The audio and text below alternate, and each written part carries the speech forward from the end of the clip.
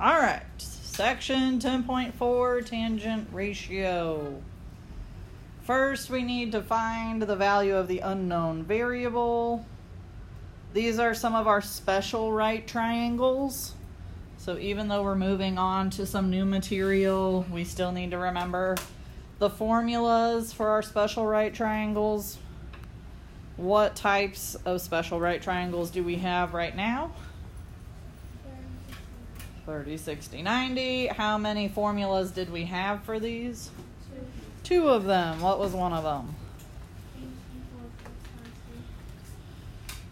S times 2. Good. The hypotenuse is the short side times 2. What was the other one? Good. The long side is equal to the short side times the square root of 3. So on the first warm-up, which one do they give us? H, S, or L? S. In my opinion, that's best case scenario. They're asking us to find the hypotenuse, so we just have to take 5 and multiply it by 2. We get 10. That's one of those ones where you wouldn't really need to show me some work. You're just multiplying by 2. On number 2, which side do they give us? The long side, and they ask us to find short side. So we need to use that formula. This one will require a little bit of work. So 18 is equal to S times the square root of 3. To get x alone, I should divide by root 3, but of course we can't leave a radical in the denominator, so we rationalize it. Multiply by root 3 over root 3. That gives me 18 root 3 over root 9. The square root of 9 is 3. What will simplify now? 18 over 3 simplifies to be 6, so we end up with 6 root 3.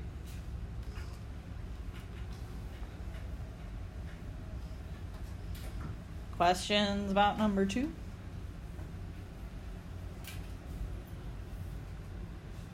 Okay, on the third one, they asked us to find both of the missing sides. Which side did they give us? Short side, that's best case scenario. So x is my long side. What would that equal? 7 root 3. And my hypotenuse would be 14. So multiply it by square root of 3 for the long side. Multiply it by 2 for the hypotenuse.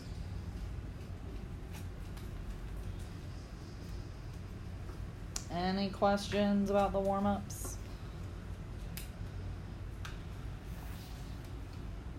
On we go. Let's talk about the tangent ratio. In general, a trigonometric ratio is the ratio of the lengths of two sides of a right triangle. That is the basis of trigonometry. The one that we are going to focus on today is tangent. Usually you'll see it written as TAN.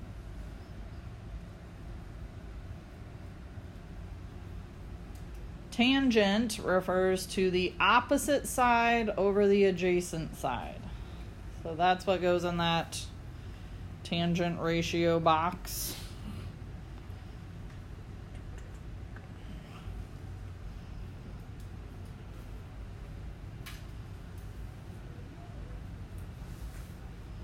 Oh, and that blank on yours, so your notes are a little different. There are 3 trigonometric ratios. Today we're working with tangent. Parentheses, TAN. So there are 3 trigonometric ratios. Today we will be working with tangent, and in parentheses there, the abbreviation is TAN.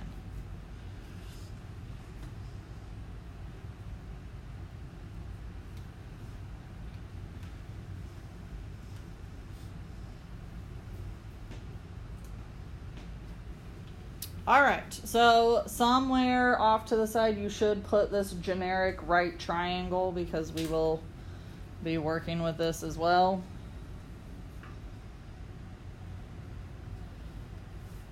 Whenever we talk about a trig function, it's always in reference to an angle. One of the angles that is not generally the right angle. So, for example, we could label this triangle A, B, C.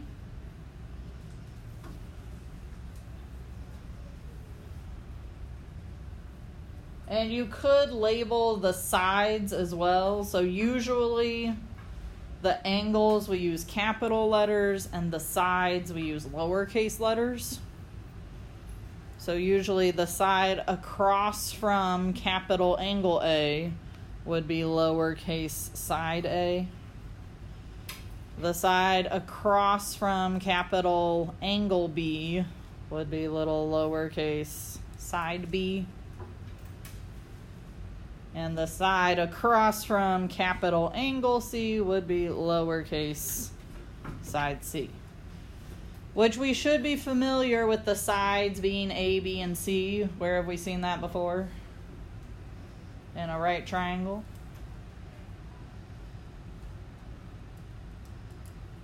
Begins with a P. There we go. Pythagorean theorem is where we've seen this kind of setup before. We just didn't care about the angles. So if I'm talking about tangent, it has to refer to an angle. So usually you'll see it written as tan capital A. And then it's referring to the opposite side from that angle. So what side is opposite capital A?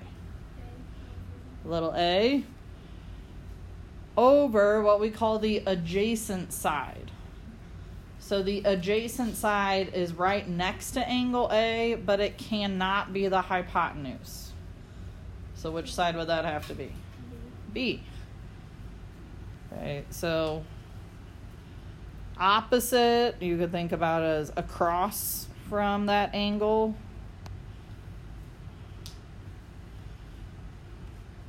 Adjacent is next to the angle. Next to angle, but it's not the hypotenuse.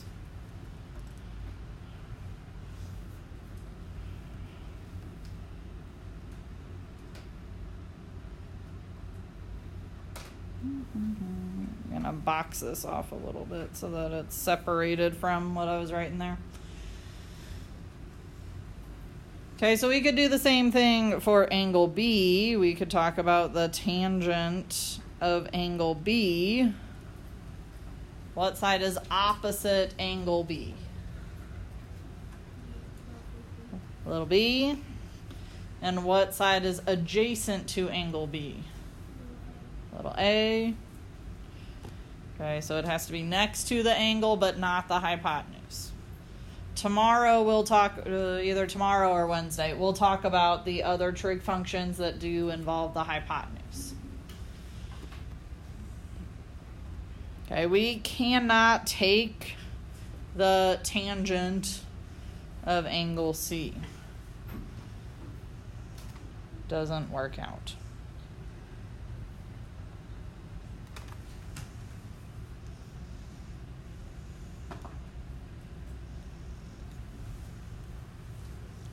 Even if you try to type tangent 90 degrees in your calculator, you'll get an error. So that doesn't work. Anybody have questions or need more time on this slide before we do some more examples?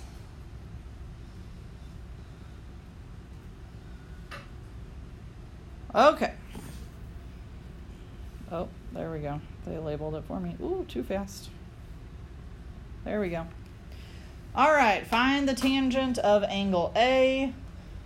Find the degree of angle A to the nearest tenth of a degree. Okay, let's just worry about tangent first, then we'll talk about how we use that to find an angle. So, The tangent, wrong pen. Tangent of angle A is equal to, what side is opposite angle A? 6. What side is adjacent to angle A? 8. Sorry, I should have given you a minute to get those filled in. Pause for a second. When we're doing this, we should simplify our ratios when we can. So this one would simplify to be 3/4 if you divide top and bottom by 2. So for the first one, the tangent of angle A is equal to 3/4. That's all there is to it. Let's just go through and talk about the tangent ratios, and then we'll worry about the degrees, because we'll need a couple extra notes about how to make that happen. All right, on number 2, the tangent of angle A. So we should be looking opposite over adjacent. What side is opposite angle A? What side is adjacent? All there is to it. That one will not simplify. You should not write it as a decimal or a mixed number. Just leave it alone.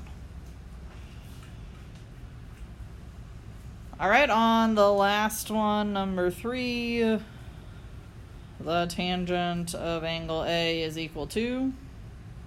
1 Over? 9. Good. So opposite over adjacent. Go across from the angle to get the opposite. So 40. The one next to it that's not the hypotenuse is adjacent. So that would be 9. Again, 40 over 9 will not reduce, so we're done with that ratio. Well, don't flip the page yet because we still got to talk about how to find the angles. But we haven't done that yet, so I want to give you some notes on that. Questions about just identifying the ratios? Okay, we're going to need all these tangents that we found, but for now I'm going to... Oh, well, they're still there, I guess. Some notes up here. If the tangent of angle A is equal to, I'm just going to call it x over y for right now, then angle A is equal to the inverse tangent, so it's got a little -1 on it, of x over y. Okay, this is like some extra notes you might want to write off to the side. This is how we use trig functions to find angle measures.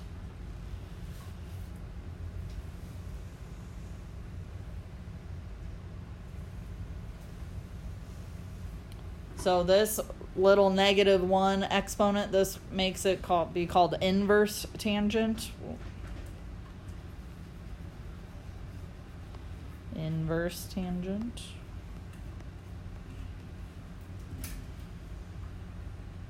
I think this gets introduced into the notes later on, but if this question's asking us to use it, we'll just talk about it now. So on your calculator, you will have trig functions and inverse trig functions. Each calculator is a little bit different.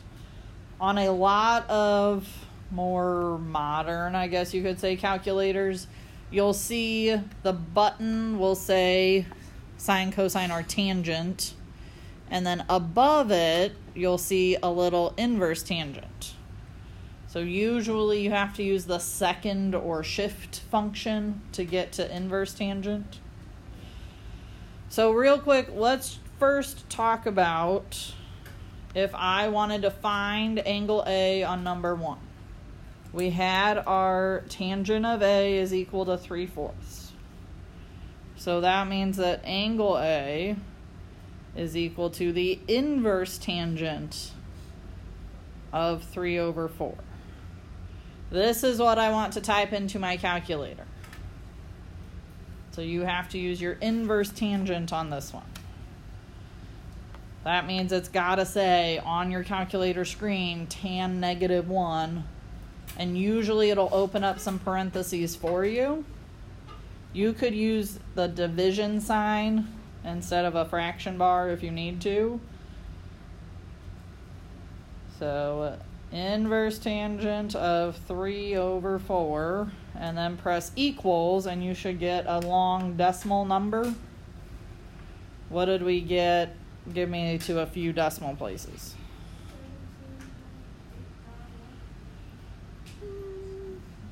That's not what I'm getting. Is it 36.8698? Yes, so 36.8698, and it keeps going. So they said to round it to the nearest tenth. That would be 36.9 degrees. Now, one thing you need to check on the calculator is that it is set to be in degrees, meaning towards the top of your screen, you should see a little like DEG usually, or sometimes just a D. If you see an R or an RAD instead, then your calculator is set to radians, and that won't work. So you need it set to DEG. So I'm going to pause real quick for calculator question. All right, so then we should be able to find the other angles the same way. We take inverse tangent of that fraction. So on number 2, what did we get? 67.38. So if we round it to the nearest tenth, what did we get? 67.3. It should be 0.4 because I think it comes out to 3/8, so the 8 makes the 3 go up to a 4 degrees. We should be putting degree symbols on these when we're finding measures of angles. All right, on the last one, number 3, we would have angle A is equal to inverse tangent of 40/9. What did we get for that one? 77.3. A equals 77.3 degrees. I would agree with that.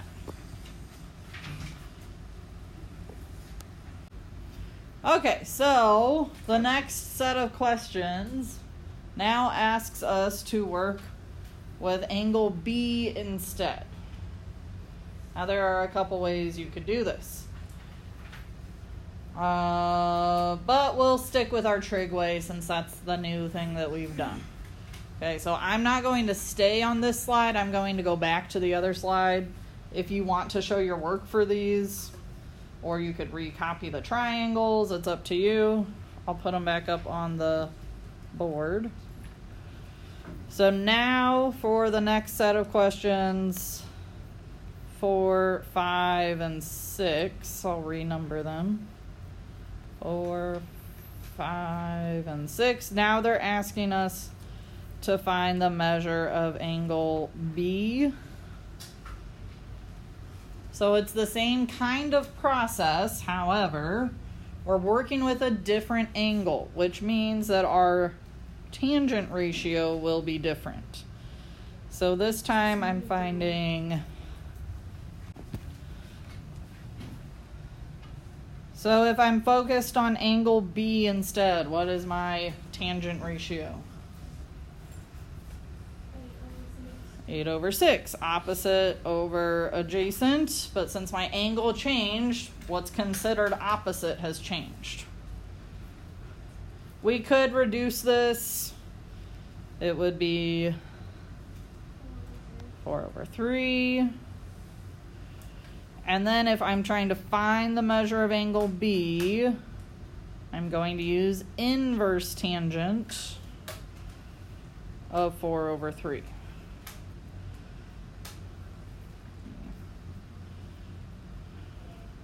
So if we do that in our calculators, what do we get for angle B?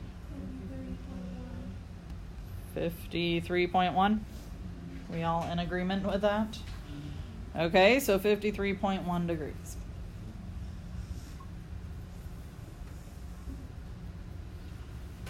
On number 5.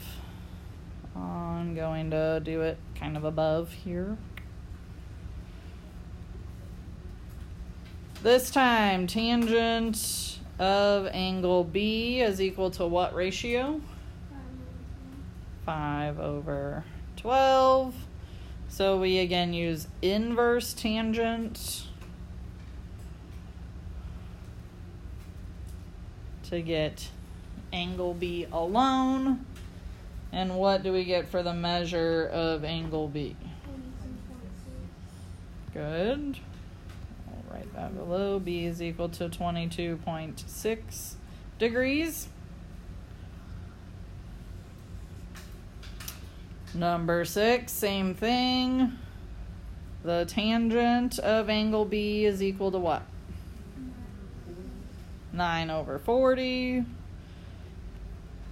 So B is equal to the inverse tangent of 9/40. And what does that give us? 12.7.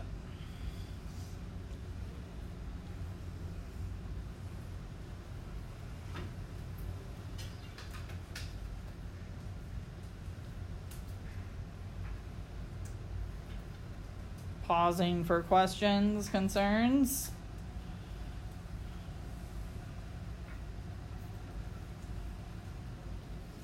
Yes, ma'am? Some sort of work, yes. All right, so the next question that came after 4, 5, 6 was, what do you notice about angles A and B? So just as a refresher, what was the measure of angle A for that first triangle?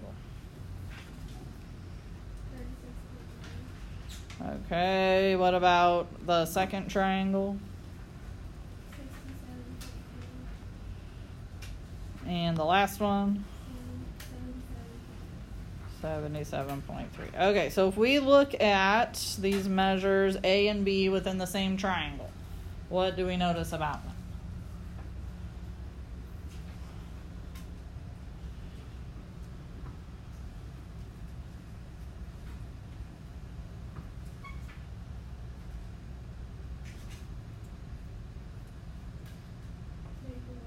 A is bigger than You're on the right track, Chloe. A and B add up to 180? A and B don't add up to 180. A and B add up to what? 90. So in every situation, angle A plus angle B equaled 90. That's what they were trying to get at. So what that means is that if you found angle A, you don't necessarily need to use trig to find angle B. You could subtract angle A from 90 to get angle B. So that's what they were getting at with that question. The measure of angle A plus the measure of angle B is equal to 90 degrees. So when I said you should be showing me some sort of work, that means if you found angle A and you are not wanting to use trig to find angle B, you could just show me you took 90 minus whatever it was. What was one of them? 36.9 equals whatever we got, 53.1. You could show me that instead of showing me the trig ratios all over again. Questions, concerns? Need more time? Okay. To find the leg length, this time we have to work a little differently. We are given the angle measure in one side, but need to find another side. Can we do this? Bob the Builder would say, yes, we can. Just set up the same cross product and solve. So what we've been doing is setting up ratios. really we're going to treat this the same way. We're just going to end up putting tangent of our angle over a 1. So you'll end up putting your tangent of whatever your angle is over a 1, and then it's a proportion you can cross multiply and solve.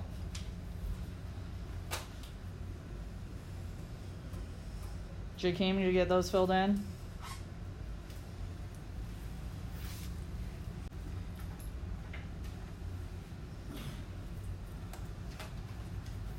We get our triangles labeled. All right, so today we're still working with tangent. Later on, you will have to decide which trig function to use, but we're just using tangent for today. The tangent of, next to tangent should always go an angle. When you don't know an angle, that's when we use the letter like A or B. But this time they gave us a measure for the angle. What'd they give us? 42 degrees. So the tangent of 42 degrees is equal to, we still do opposite over adjacent. So what's opposite the 42? Over x. And what I was saying on the last slide is that in order for this to truly look like a proportion, we'll always put the tangent over a 1. Now this is a proportion, so we can solve it by cross multiplying. One of those cross products is easy. We take 1 times 12, we get 12 equals x times the tangent of 42 degrees. Tangent of 42 degrees represents a number. So just treat it like you would any other number for now, and then we'll talk about the calculator part of this. So if I'm trying to get x alone, what do I need to do to both sides? Divide by tangent of 42 degrees.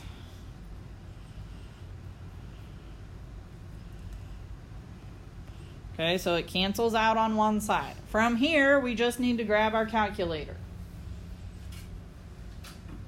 So in the calculator, I would type 12 divided by tangent. So this time, don't use the inverse. Just use regular tangent. And then in those parentheses that they open up behind tangent, put a 42. And press enter or equals. What do we get for x? Let's round it to the nearest tenth. It would be 13.3. If you want to use an approximate symbol by your x, you could. X is approximately 13.3. If you don't remember to use the approximate symbol, that's fine. If you put equals, that's okay. Make sure you pay attention to the directions. If it doesn't tell you, usually default to rounding to the nearest tenth. Questions about number 7? Any questions about how to type that into your calculator? All right, on number 8, we were taking the tangent of what? 34 degrees equals 7 over x. To make this into a proportion, we can put tangent over 1. When we cross multiply, we get 7 equals x times tangent of 34 degrees. We divide both sides by tangent of 34 degrees to get x alone. Okay, in our calculators, we can type that in, and what did we get? Good, rounded to the nearest tenth. I would agree with 10.4. Does this 10.4 deserve a degree symbol? Why not? It's on the outside. It's a side of the triangle. It's not an angle. Only angles deserve degrees.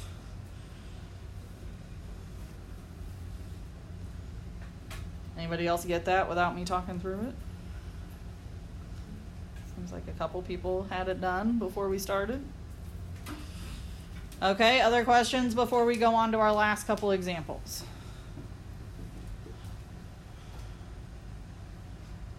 Okay, on we go.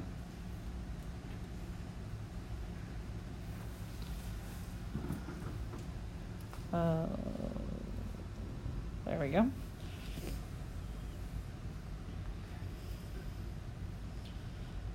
Of course, these are degrees because they are angle measures.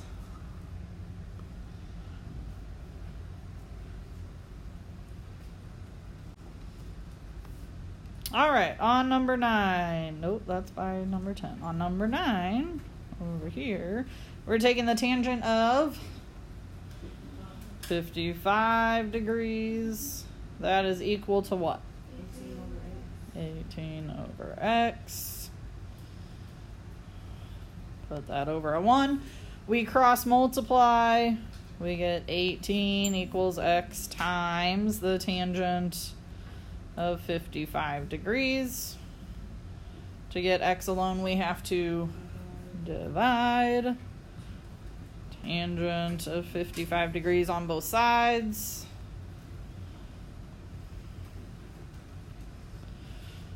When we do that in our calculator, what do we get? Good. Rounded to the nearest tenth, x is approximately or equal to 12.6. No degree symbol because it's not an angle. Now, before we go on to number 10, I just want to pause for a moment. And if I were to do all of number 9, actually, never mind. That's something we'll talk about later. Never mind. We'll talk about that tomorrow or Thursday. When you know the hypotenuse, this is what I was going to get at. If you know the hypotenuse, which we don't, and you end up with a side length bigger than the hypotenuse, then you would know something went wrong. But they didn't tell us the hypotenuse, so we can't compare it on this problem. However, on problems tomorrow or Wednesday, whenever we do 10.5, then we would be able to compare. I'm thinking tomorrow we'll just practice tangent some more, and then on Wednesday we'll introduce our other trig functions. But before we get to any of that, let's do our very last example. This time we're taking the tangent of 62 degrees. What does that give me? Careful. Good. Opposite over adjacent. So this time they switched it up on us a little bit, which means that our solving this proportion will be a little bit different. This time we're taking 1 times what? X. And that would be equal to 12 times tangent of 62 degrees. This time, do we need to do anything to get x alone? No, x is already alone.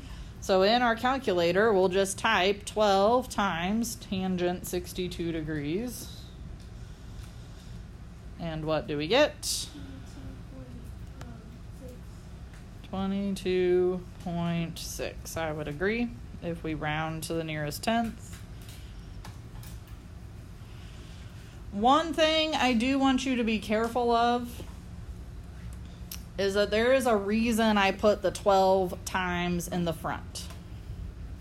If you were to put it in the back and you were not to close your parentheses in your calculator, if you were to do 12 times 62 times 12, then your calculator is assuming it multiplies the 62 and the 12 first.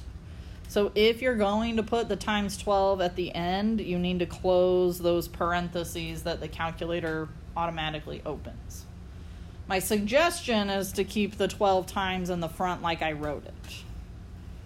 Okay, but if you were to end up with a teeny tiny decimal,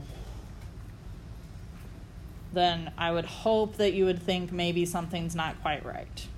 So if you were to not close your parentheses and put times 12 after the 62, you would get something like 0.445. Hopefully you would know that doesn't make a whole lot of sense. Okay, questions, concerns? All right.